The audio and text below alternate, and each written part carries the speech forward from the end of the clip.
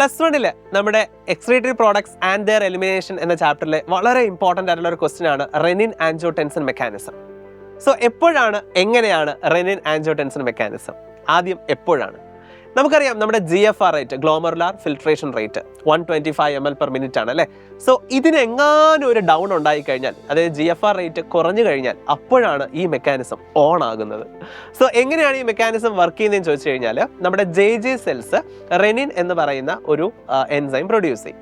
ഈ റെനിൻ എന്താ ചെയ്യുന്നത് വെച്ച് കഴിഞ്ഞാൽ, ആൻജിയോടെൻസിനോജൻ എന്ന് പറയുന്ന ഇനാക്റ്റീവ് ആയിട്ടുള്ള ഒരു ഉറക്കം തൂങ്ങിയുണ്ട്. സോ പുള്ളിക്കാരനെ ചവിട്ടി എണീപ്പിക്കും. അയാളെ ആൻജിയോടെൻസിൻ 1 ആക്കിയിട്ടും പിന്നീട് ആൻജിയോടെൻസിൻ 1നെ ആൻജിയോടെൻസിൻ 2 ആക്കി മാറ്റും. ഈ ആൻജിയോടെൻസിൻ 2 ആണ് അവിടെ ഒരുപാട് മാറ്റങ്ങൾ കൊണ്ടുവരുന്നത്. ഇയാൾ നല്ലൊരു വാസോ കൺസ്ട്രക്ടർ ആണ്. അതായത് നമ്മുടെ വെയിൻസിനെയൊക്കെ എന്ത് ചെയ്യും, കൺസ്ട്രക്ട് ചെയ്യും, മീൻസ് അതിൻ്റെ വണ്ണം കുറയ്ക്കും. അപ്പോൾ BP എന്ത് ചെയ്യും, കൂടും, ബ്ലഡ് പ്രഷർ കൂടും.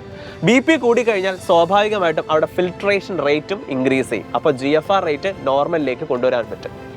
രണ്ടാമത്, ഇയാൾ അവിടെ കൊണ്ട് നിർത്തത്തില്ല. ഈ ആൻജിയോടെൻസിൻ 2 നേരെ നമ്മുടെ അഡ്രിനൽ ഗ്ലാൻഡിൽ പോയി ആക്ട് ചെയ്യും. അവിടെ അഡ്രിനൽ കോർട്ടക്സിനെ കൊണ്ട് ആൽഡോസ്റ്റിറോൺ എന്ന് പറയുന്ന ഹോർമോൺ റിലീസ് ചെയ്യിപ്പിക്കും.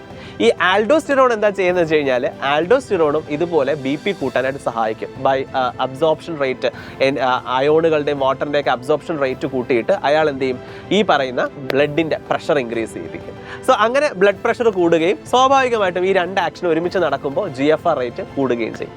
സോ ഇങ്ങനെ GFR റേറ്റ് കൂട്ടാനായിട്ട് സഹായിക്കുന്ന മെക്കാനിസത്തിനെയാണ് റെനിൻ ആൻജിയോടെൻസിൻ മെക്കാനിസം എന്ന് പറയുന്നത്. ഇങ്ങനെ ഓരോ ടോപ്പിക്കും വളരെ ക്രിസ്റ്റൽ ക്ലിയർ ആയിട്ട് നിങ്ങൾക്ക് പഠിക്കണം എന്ന് ആഗ്രഹിക്കുന്നുവെങ്കിൽ നിങ്ങൾ എല്ലാവരും നമ്മുടെ സൈലത്തിൻ്റെ എൻ ഗെയിമിലേക്ക് ജോയിൻ ചെയ്യുക. ഇത് ലാസ്റ്റ് മൊമെൻ്റ് ആണ്. അപ്പോൾ ഈ ഓരോ നിമിഷവും നമുക്ക് വളരെ വിലപ്പെട്ടതാണ്, വളരെ പ്രാധാന്യം ഉള്ളതുമാണ്. സോ അതുകൊണ്ട് ഓരോ ടോപ്പിക്കും ക്ലിയർ ആയിട്ട് പഠിച്ച് വേണം എക്സാമിന് വേണ്ടി പോകേണ്ടത്. അതിനുവേണ്ടി പ്രിപ്പറേഷൻ സെറ്റാക്കി തരാൻ എൻ ഗെയിം ബാച്ചിൽ അഡ്മിഷൻ ഇപ്പോഴും ഓപ്പൺ ആണ്. ഇനിയും ജോയിൻ ചെയ്യാത്ത എല്ലാ മക്കളും എന്ത് ചെയ്യുക, ഈ ഒരു ബാച്ചിലേക്ക് ജോയിൻ ചെയ്യുക. ഒപ്പം നിങ്ങളുടെ ഫ്രണ്ട്സിനെയും കൂട്ടി വരിക. ഓക്കെ, സോ നമുക്കിനി എൻ ഗെയിമിൻ്റെ ക്ലാസ്സുകളിൽ കാണാം. Till then bye.